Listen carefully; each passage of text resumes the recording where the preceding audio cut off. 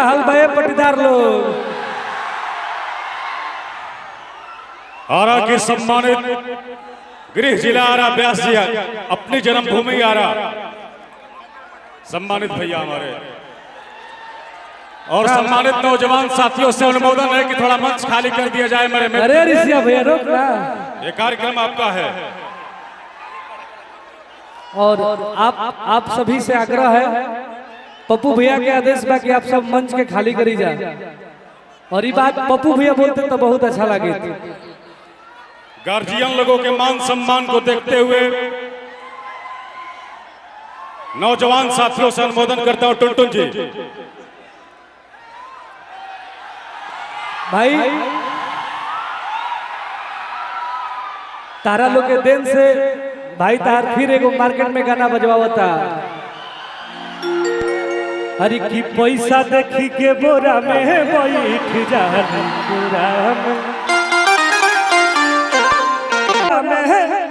बैठ जालू कोराम।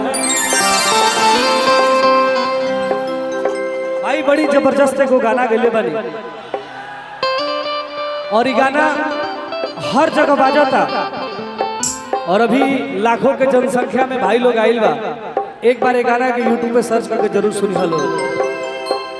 अरे की ना जाने छोड़ी कौन बीमारी बाटे तोरा दिया देखी के बोरा में ते सूत जाली कोरा।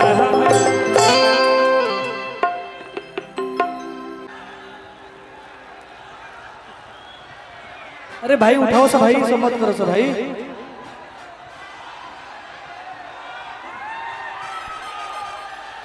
नमस्कार प्रणाम और हम आप सबके भाई टुनटुन यादव आज अपना परिवार में आयल बानी और एक परिवार खातिर हम एगो कलाकार ना घर के सदस्य हैं। दीपू रनावत भैया हर कलाकार से प्यार करेले और साथे साथे हमारे आरा पीरो के किंग बड़े भैया पवन राजा भैया भी बानी। हमनी के दोनों भाई के आप सब एक तरफा प्यार दी जा। देखिए दीपू भैया नेताजी के सम्मान में आपका और दीपू भैया विधायक जी के सम्मान में हमने गायल बनी जा। बस एक बार दीपू भैया खातिर जोरदार ताली बजा दो।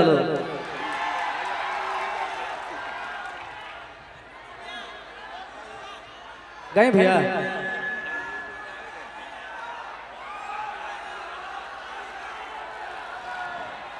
और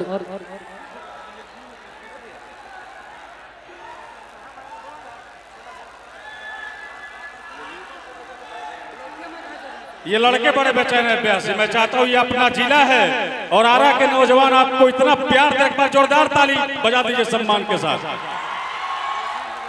एगो अपना जिला खातिर गाना गले रहनी है कि हम अरे की आरा के आवारा जदी कहबे तो कावना जिला में जाके रहब का भइल भाई कि एक बार मामला सलट छोड़े। अरे की एक बार मामला सलट छोड़ी अब पटबे तो पटना तो हट छोड़ी। काया गीता भाभी भाई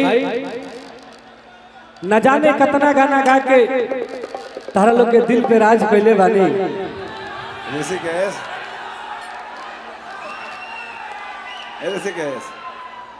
देखिए टुनटुन जी, ये मोहब्बत है कि लड़के चिल्ला के जमा कर देते हैं।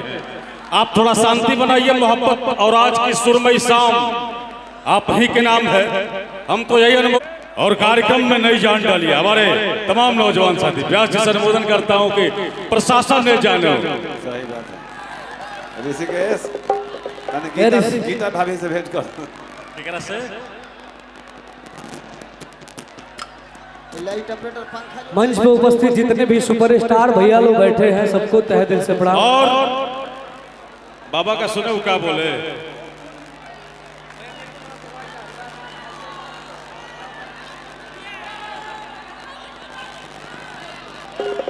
सभी कलाकारों को दिल से प्रणाम, साथ ही साथ जितने भी हमारे मीडिया के लोग आए हुए हैं सबको तहे दिल से प्रणाम। बस जितने भी मीडिया के लोग हैं सबसे एक छोटा सा रिक्वेस्ट है कि भाई हमारा एक गाना 6 नंबर पर ट्रेंड करता, रुपया देख के बोरा में बैठ जाले कोरा में, बहुत जबरदस्त गाना बा भाई। तार भाई हमेशा एक तरफा राज करेला, एमे सबसे ज्यादा योगदान तारा लोग के बाद। एक बार अपना टुनटुन खातिर जोरदार ताली बजा के आशीर्वाद दो।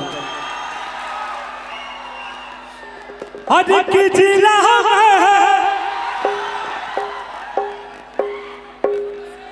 मचावे खातिर अब बाबू रहता भाई,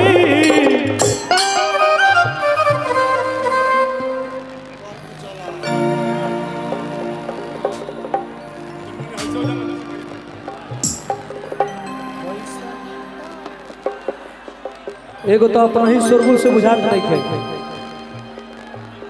एगो हमरा लेखा लड़का कहता भैया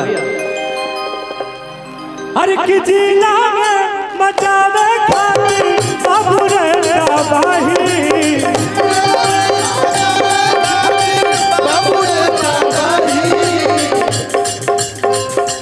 हेलो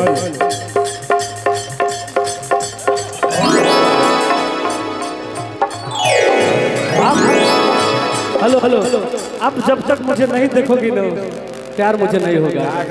अरे कि जिला में मचावे खातिर बाबू रहता भाई,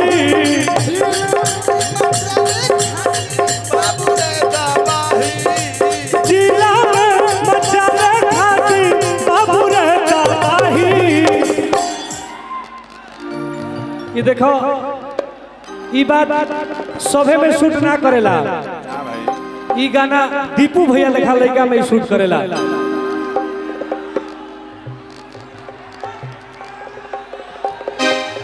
हरे कियो कियावो में संदेश में मचावे खातिर, हरे की भैया रहता भाई। ए नाल वाले भैया तो लो ना हमारा के यार, क्या करता रहा यार। हरे की संदेश में मचावे खातिर, धर्मेंद्र भैया के जितने भी टीम के लोग हैं ना, ये सबके लिए हमारे तरफ से गिफ्ट। हाँ भाई दे दे भाई, हल्का मिले तरीका मेरे को। हरे किया मुंह में मचावे खातिर अब बाबू रहता भाई, पैसा ना तो पावर चाहिए, पैसा ना तो पावर चाहिए। प्रेम से जुड़ल एगो गाना हम और गले रही,